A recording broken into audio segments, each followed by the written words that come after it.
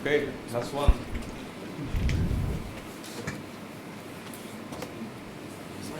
Okay, so yeah, I also try to be quick.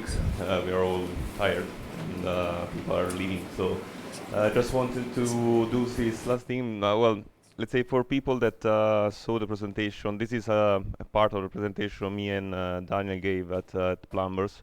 Uh, I just thought that I wanted to mention this thing, this proxy execution thing here, because I like to know if people are interested into it, and I can possibly continue working on it. I didn't do anything new since then, but let's see. So let me just quickly introduce what this is about because people might not be familiar with it.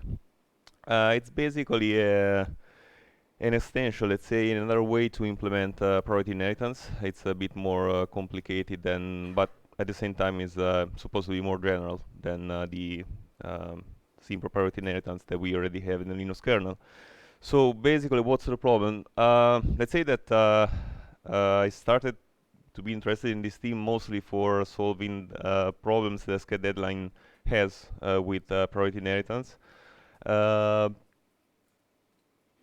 so the current problem with priority inheritance, at least how it's implemented for deadline, is that we first have a deadline inheritance implemented for SCHED, which means that we basically the holder of the mutex inherit only the deadline parameter of who is blocked on the same mutex, and which is already incorrect, let's say, because I guess you know that deadline is about bandwidth, so it's both runtime and deadline. It's not only deadline, and this poses problems for example, allowing non-root usage of this policy, just because it can create problems as you will see in the next slide. So what we actually would need is to be able to inherit the donor's bandwidth, so both runtime and period, so the full bandwidth of who is blocked on the mutex. And we also would like to, being able to do that will allow us to actually keep the runtime enforcement active while, let's say that the holder is actually boosted, so while it's actually using the bandwidth of someone else.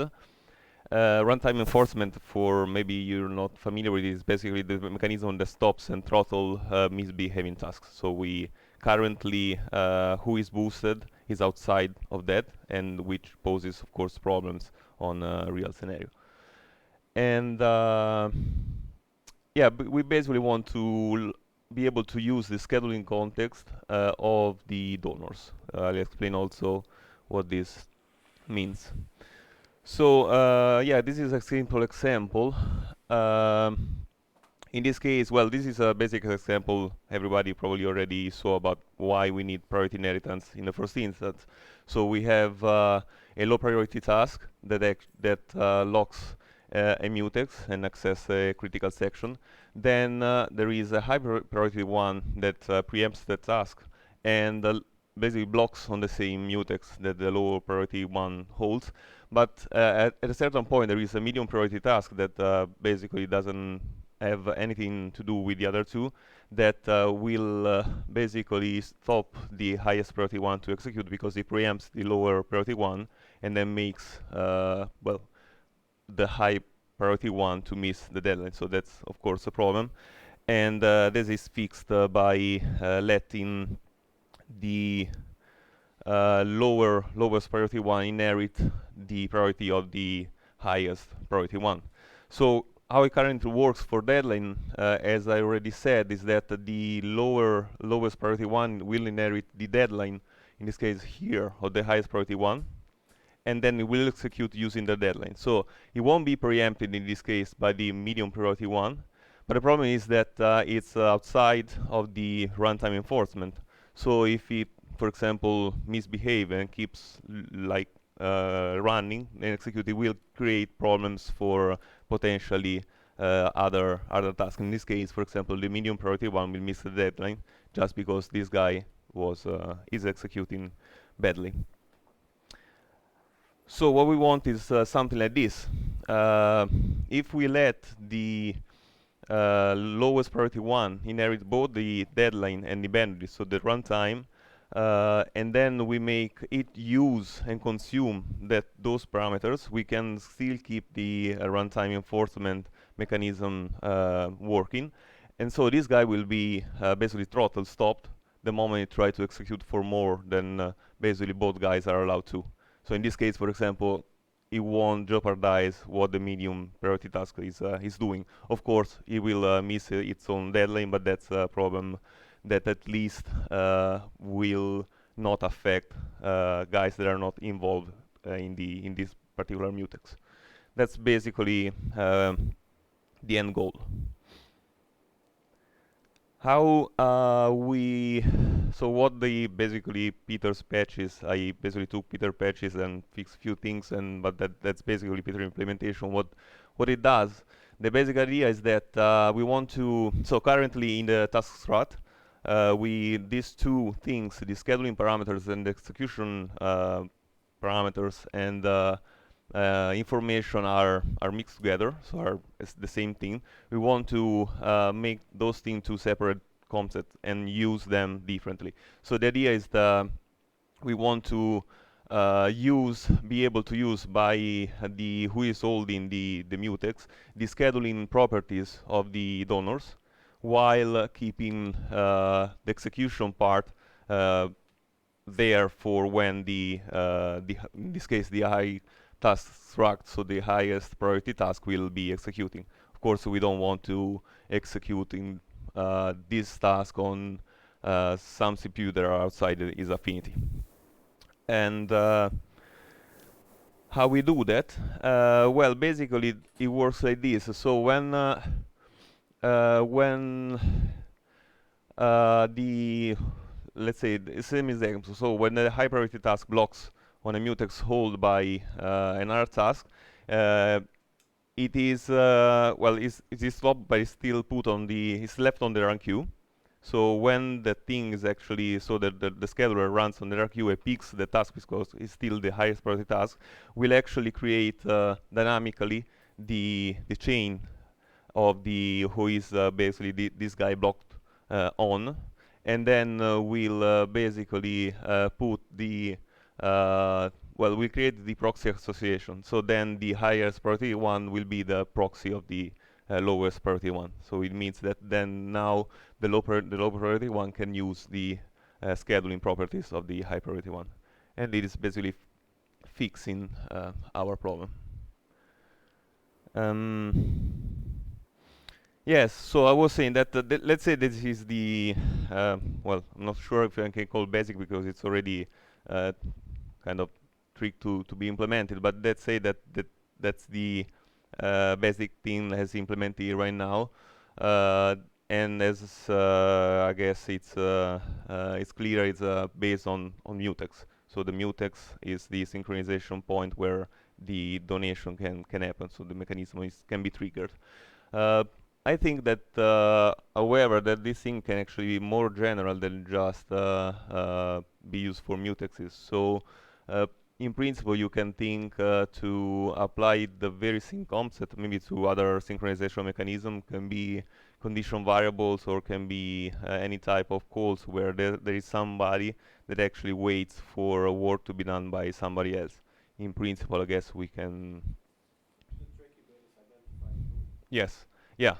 For example, in mutex, it's easy because basically everybody the blocks on the mutex, it's who you might be donning from. The condition variable is kind of the same thing. There might be other calls that we can or APIs that we can extend or use to actually make this association. So, but yeah, this is talking. Yeah, I think Todd was mentioning the same. Like for example, binder calls or uh, yeah, we just need to create this association, just a mean to create this association. So, and then once we have that, the boosted task can actually uh, inherit additional properties like the nice values, RT priorities, or for example, we can think to use the utilization clamping values, so the stuff that Patrick uh, introduced.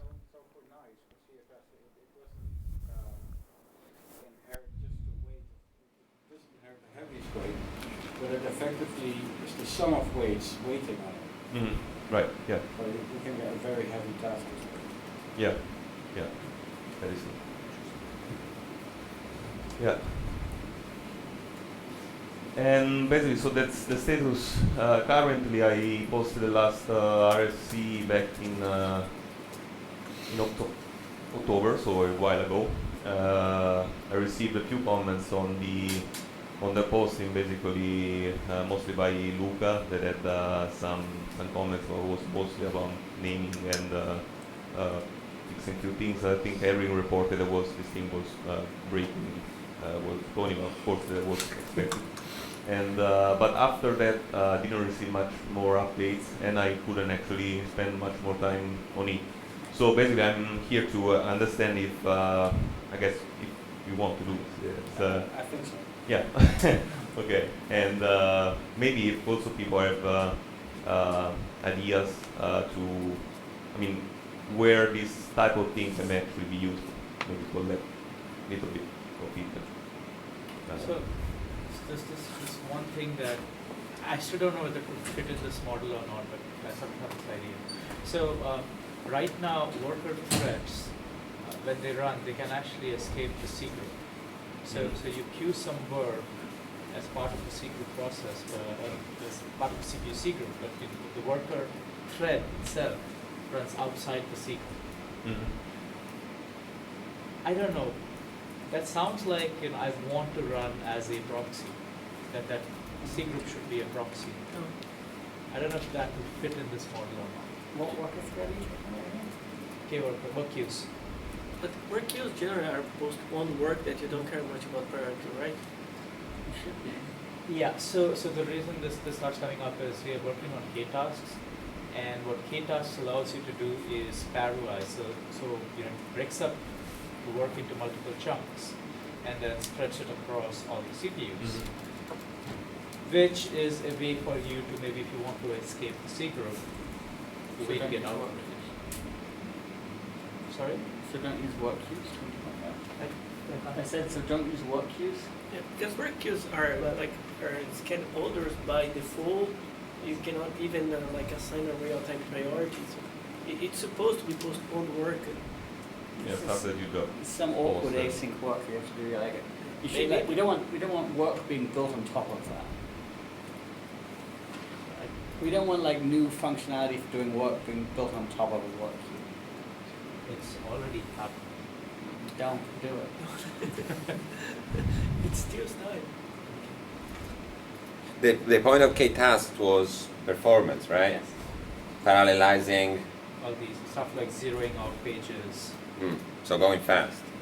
And that, but even in the case, what would be the properties you want to And inherit? so in this case, say for example, you have you're trying to boot up a VM, which is trapped inside a C group. You really want the boot up VM, the zeroing out also to happen, carrying the C group's properties that the VM belongs to, as opposed to a system-wide thing, which is where even if you try to use work queues and spread it across, you escape that. Okay, but C group properties like an example. It could be CPU, it could be memory, it could be whatever, right? I mean, it's just it's proxy. Yeah. Essentially, I don't want to escape the containment that the C group provides. So I think I raised this point with Taking a long time ago, Yeah. and at the time he wasn't interested. Yeah, but he just sent an email a few weeks back or months back saying we need to do this first. We need to get work queues C group aware. Right. And I don't know whether it will fit in here or not, but it sounds to me like we want to inherit some of those properties. Otherwise, you have a worker thread per C group, which is not that much, not a lot of fun when you have a lot of C groups. But in the end, the proxy execution will not be tied to a C group, right? And the Proxy Execution doesn't care about No, proxy execution is just a mechanism. No, I mean, but if you have a task in one C group and it blocks inside the kernel and a mutex of a thread of another C group, you have to donate it. So Yeah, it will You're it gonna just works. You're already gonna have that for the secret mutex. Yeah. So I think work queues are red herring. It'd be cool to have this for a user space though as well. For what? We can do. Yeah, I know. There's no reason you couldn't have got This is for Futex PI. No, with a Qtex. Qtex. I am waiting on a resource that this thread holds, and a matching. I'm giving up the resource. This is Futex lock and Futex unlock. Mostly, but there's like, it's fine if it comes as an extension of Qtex, but like not everybody uses the Qtex way. No, the Futex will queue for it. Right. But, the PI Futex, that's a Futex lock PI, Futex unlock PI. We can do the same thing for, and we should do the same thing for regular locks, because normal mutex is built upon Futex. That's still the reason that doesn't work is doesn't work without magic values in Qtex. No, well, we need to tailor that in the Futex lock. Yeah. And that's with this agreement with Futex lock. With respect to which namespace?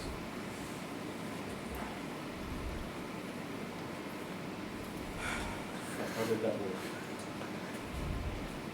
Maybe the PIM condition variable thing was kind of related because it was working on Futexes, right? Yeah, so well, we actually implemented something like this on the conditional variables, but then I guess it turns out that they're not really used. I mean, the thing that there was What I would like is, a way for me to call something like run as me. And because, I don't know, it might be a lock that I implemented in user space, it might be something else. But if I get the ability to say, hey, run as me, and whoever, say, for example, is the lock holder, then that again gives me the same semantics. But that is an unbalanced event. Sorry? It's an unbalanced thing. When does it end? Yeah, that's the question. Run as me and two? Sure. No, you need a syscall here without the resource. That would mean every unlock to be a syscall is quite expensive. You need a better way to do it. Qtex is pretty simple. Because only on contention we ever end. No, I know, but the unlock path you still have to synchronize on like Apple's I to. You might be able to argue there's always a way to interface. Might be. But it's Peter only Paul, if there ever was. do you guys mind speaking up? I can't hear. We're just talking about like how it's mapped onto Qtex semantics. So actually, currently, this thing is fluent on mutex. Yeah, And then the idea would be, actually I understood this after the first posting would be to remove the RTE mutex Entirely, yeah. But entirely. there's also been Futex PI lock and Futex lock and Futex unlock modeled after the lock PI and unlock PI. They used the regular mutex, and the main Right. purpose there was to get optimistic spinning, because Futex currently don't do that. Yeah. That never went anywhere because of all the fun we've had in the past 2 years. But- Can it be like safer at the beginning, like we have a new API, like Futex decided one specifically devoted to this inheritance mechanism and keep the existing behaviors for existing APIs and explicitly ask for people that want to use this mechanism use the new API. So there are arguments for and against that. The argument for it is obviously separating it, keeping it separate from Qtex. The argument against it is some of this state is useful to atomically coordinate, and Qtex gets you a way through that if you split it from the Qtex Well, world. it can be just a wrapper on top of Futex, so maintaining the same address but expose it to user space as a specific new entry point that you have to ask. Well, we need that anyway, because the current Futex is aren't enough for this. Sorry. We need new Futex ops anyway. It's just whether you can do it with new Qtex ops entirely, which I think is maybe. On a bigger note, we need a new Futex system to it. That's a whole difference. Yeah. I don't think in the patch in this case The utilization is part of the task or the execution context? Uh, The load and the utilization. You mean the? I mean, when, for example, your load task start to execute in the deadline context, Mhm. which statistic are you updating? Yeah, the one of the donor. Basically, you're using for deadline. You're using the bandwidth of who is donating. So the proxy one. I So have to the- check, I think it is the actual running one. Yeah. Okay. For CFS, but for that one. Oh yeah, for CFS is it. Yeah. Yeah, I guess the problem that we have for deadline, we were also discussing the other day with Luca, is that so let's say that if you're if there is a donor that has an affinity mask that I mean doesn't take the CPU where who is holding the mutex is running on. So if the donor can't actually run on the holder CPU, then if we automatically do like we do today, we basically kind of migrate the thing there and let it run, then we break guarantees, because basically it's, Access control. yeah. Yeah. So that, I mean, yeah, there are a few things. We could create opportunistically a separate reservation on that CPU with the same deadline, and the runtime that can be any runtime that is possible, and What about That's the same, you can track it. any runtime that is possible? All of them. that, that doesn't break schedulability. If you Yeah, care. because that's the problem. If you create, if you Yeah. move, If you fix deadline given the current utilization, have maximum runtime you can get. what's the maximum runtime you can be? What if there isn't any? Yeah, if there isn't any, you can just it's. I mean, affinity is a constraint, so like you don't want to break affinity, I guess. Yesterday I was thinking about the exact same thing. Exact same. So you can opportunistically, you always have some spare stuff, and even if you got all this runtime, even saturating 80-90% of the CPU, which are crazy, then you always have this reclaiming, because you never get to the worst case execution time. You always have something left, and so that's all available. So opportunistically, you might have something. In that case, you want to fix the deadline, create, but I'm not sure how does it match with proxy, because When you are on proxy, you want to enable grub. Yeah, but if you have other deadline, Yeah, but, there yeah, deadline but then tasks, I you don't know. enable grub on the CPU in which you are running, not on the CPU that origin task knows. I'm sure you can create. Probably it's the same Yeah, thing I that know. you're saying. Creating No, basically a server on the remaining created on the fly, yes. bandwidth. Yeah, and then use Scrub to reclaim from Yeah, there. no, just using to have the idea, not as exactly reclaiming CPU time. Then there is something else I was thinking about, which might be the affinity constraint comes from user space, so maybe in that case it's not that critical, or maybe it comes from kernel space, and then there might be a good reason.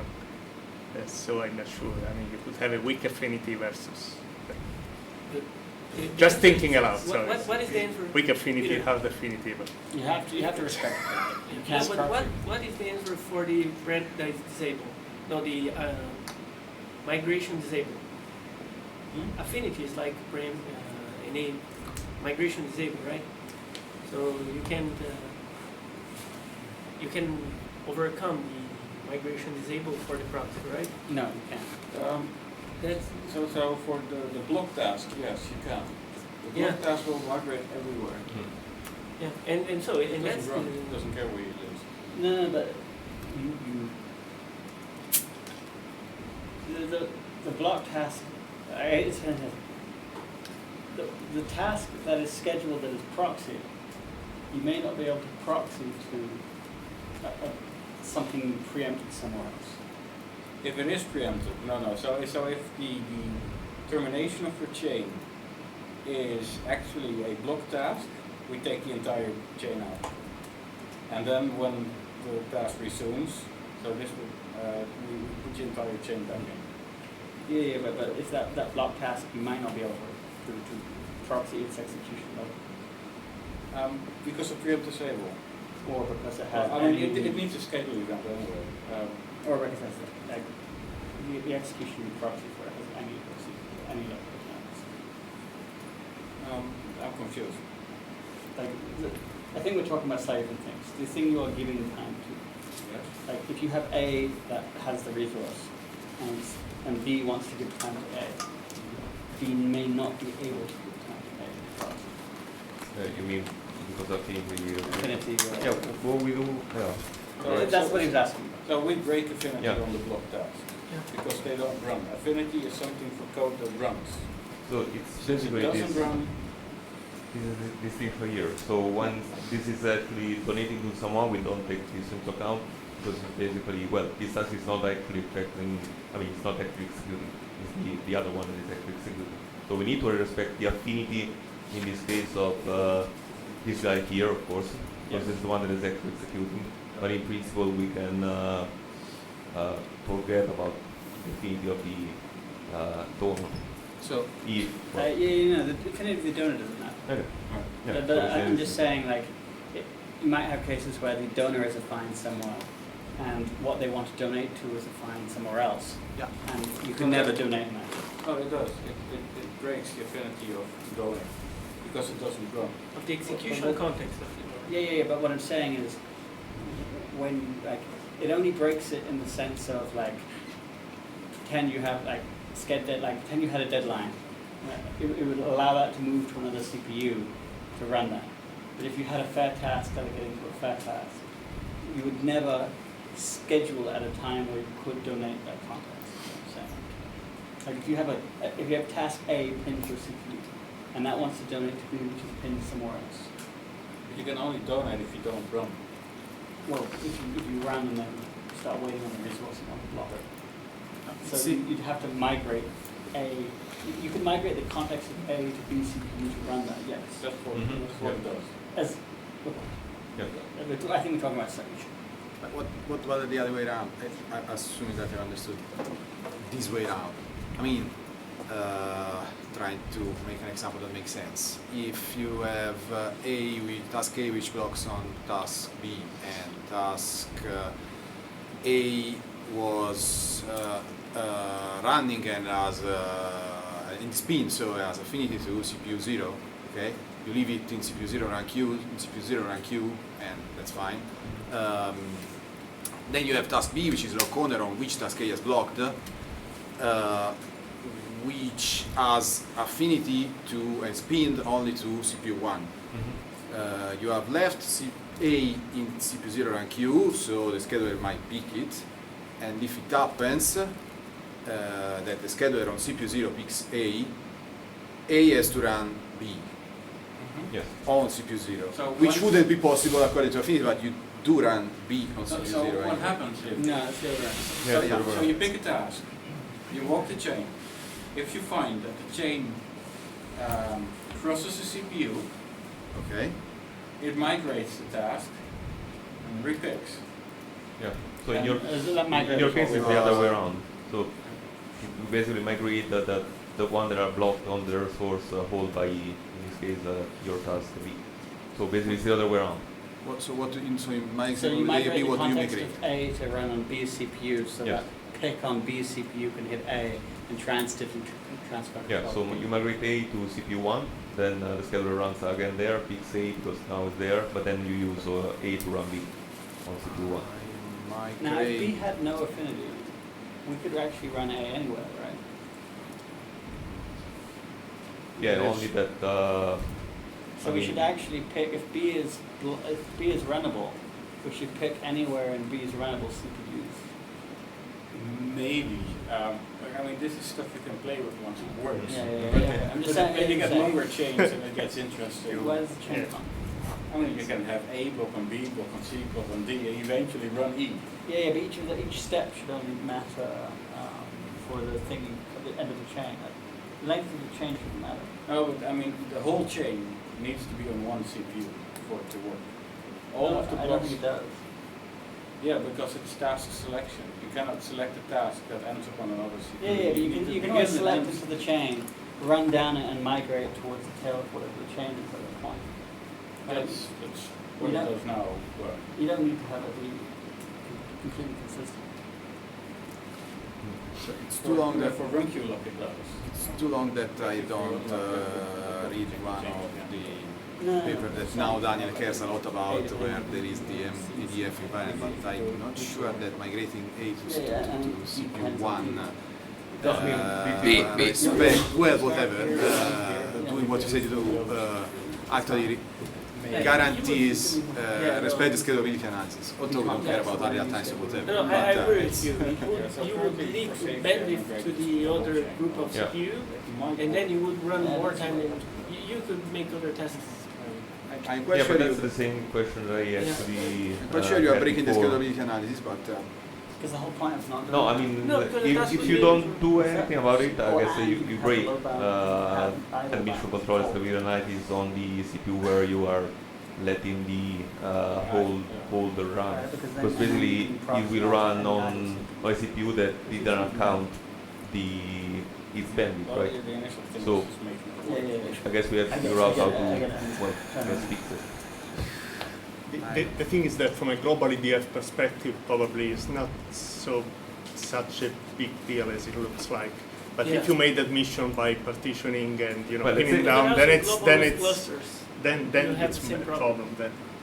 Global with clusters, you have the same problem. Yeah, but that's the same problem. No, but I that- just want to say that from a global resource perspective protection is usually not accounted Yeah. for in scalability analysis. Yeah, you should care user Yeah. space.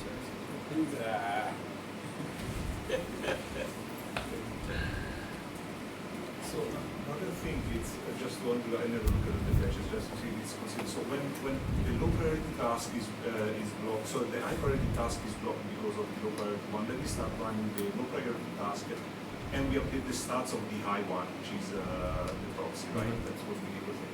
But actually we are not really executing workload of the high task. Right? So we should kind of discount the time that we spend running the lower one in order to identify when. no, it's the other way around. It's when it's the idea works like I know that me and that other guy are sharing a resource, okay, and so when I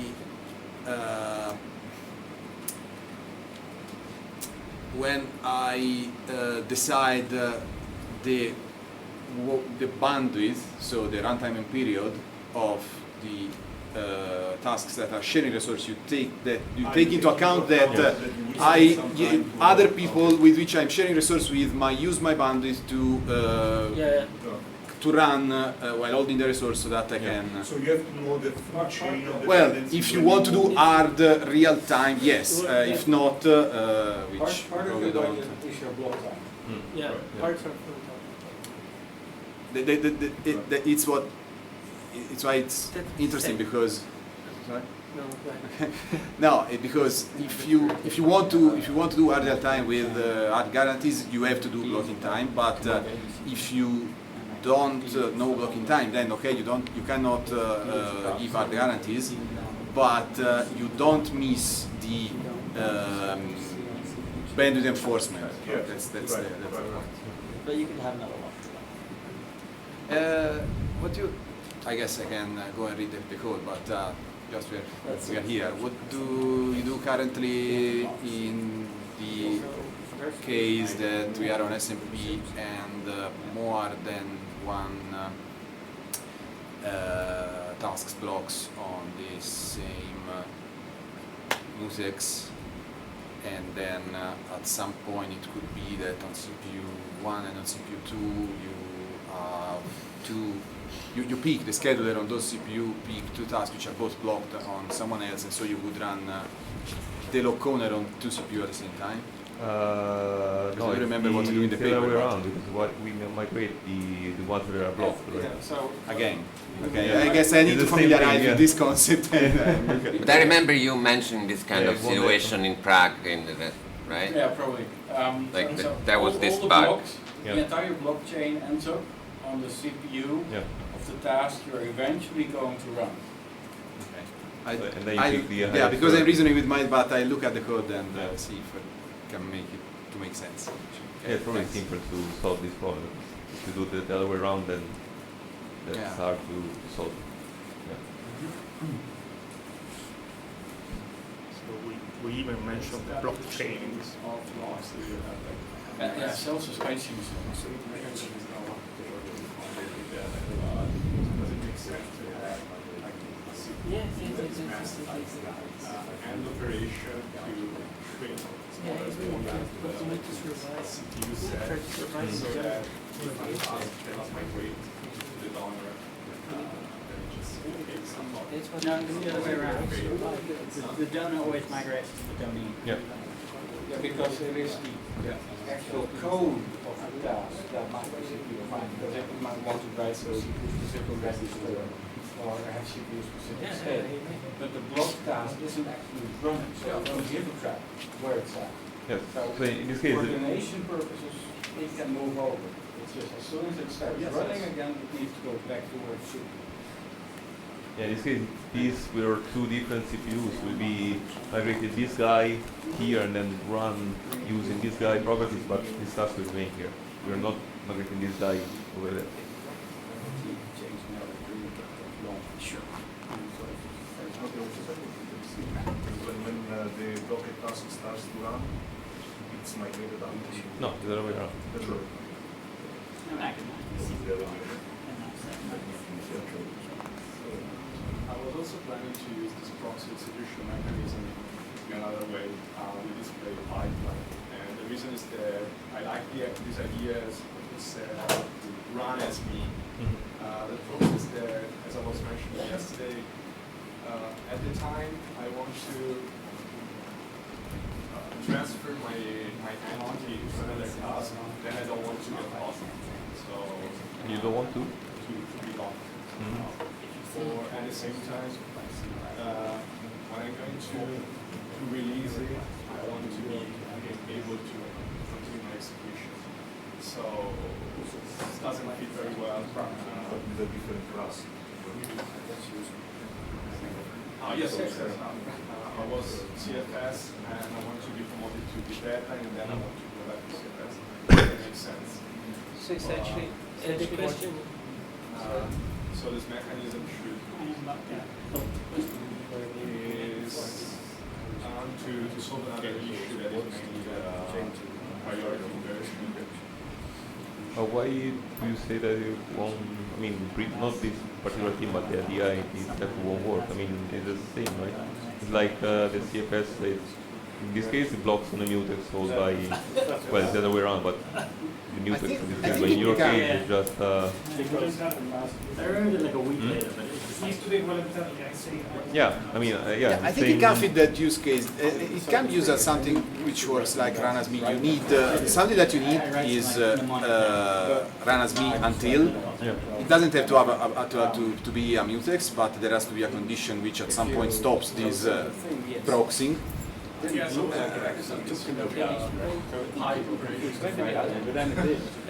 the other thing to keep in mind is if you get preempted, right, because you have CFS and you expired your time slice, then at some other point in time, the actual task, not the proxy, so the actual task will get to run. Well, that could be the reset condition. I mean, it could be anyone. We just have to be sure that there is one, Yes. and the one that makes sense. Can work.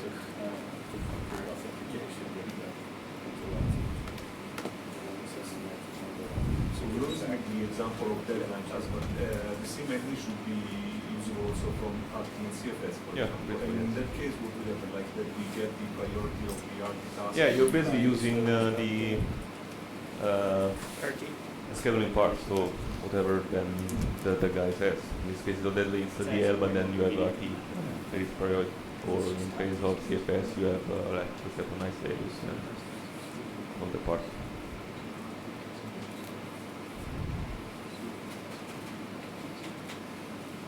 Okay, other questions? Yeah, just one more.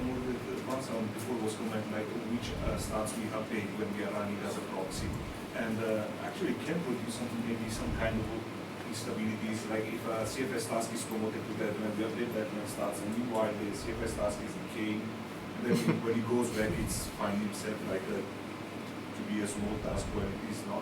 So maybe that's one of the corner cases. Depends. No, but I think that's only a discrepancy of. I mean, you have to update the to decrease the runtime from the deadline, from the runtime of the lock owner, because that's what you want to enforce the reservation.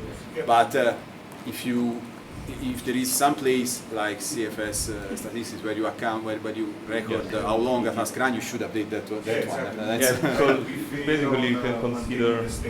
Sure, but that's fine. It's just that it doesn't happen in deadline because it's not necessary. Yeah. And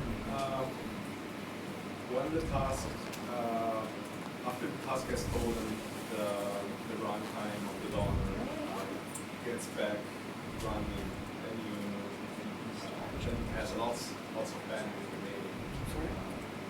And it break other tasks on the same. well, that's the same problem that we were discussing. Depends on, so if you don't have the problem with affinities, I guess it's all accounted for in your initial control and how you design the system. So you shouldn't. So you are migrating the task to the other CPU. Yeah, so but then if you don't have problem with affinities, it's accounted for in the global study thing that you Break do. something, you've done it wrong. Yeah, right. yeah, you have to perform an analysis in user space. Yeah. Be sure. Yeah. What about the proxy following these blocking chains? Is there any? How long would we expect that to be a blocking chain for? I guess it depends on how many. Yeah, but you know, How many guys? practically, it's like one step. It's always like, or it's two steps. I mean, you can look at the current PI code. They already have the full blockchain there, although in a completely different form than that this uses. Yeah. So you can put a trace point in, or maybe there is a trace point, I don't know, and then just measure how long they are on average. It shouldn't be that long most of the time, it's just one. Yeah, it should be. Anyway, if you're heavily contended, does it go on and on? So. And then you have another problem. And of course in user space you can artificially inflate them. But if you get such a mechanism kicking in also with user space, one of me or one is me or I'm waiting for you, with user space, then becomes all application specific. Right. So it can be anything. Also with RT multixes, normally you expect the critical section to be really short. It's normally like just manipulating a few. No, RTP And- is like multi. But I mean, its mutex is very short. But in the case of I'm waiting for you, like a remote procedure call or a binder call, it might be a longer time for one for which I'm waiting for you to give me something back. You can explicitly create an indefinite inversion. Yeah, you can create an indefinite version. I mean, if that's what, if that's In that what case, you will want, get then- longer chains, I guess. But No, it's Yeah. not the chains, no. and we don't care from that.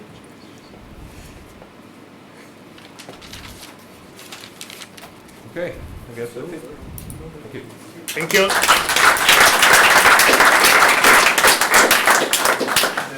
It's the whole thing, so I guess thanks again for everybody for coming and to on the evidence and the stuff for this box, hosting this thing. Hopefully it was interesting and helpful to everybody. Let's see if we make it next year as well. Right? Thank you.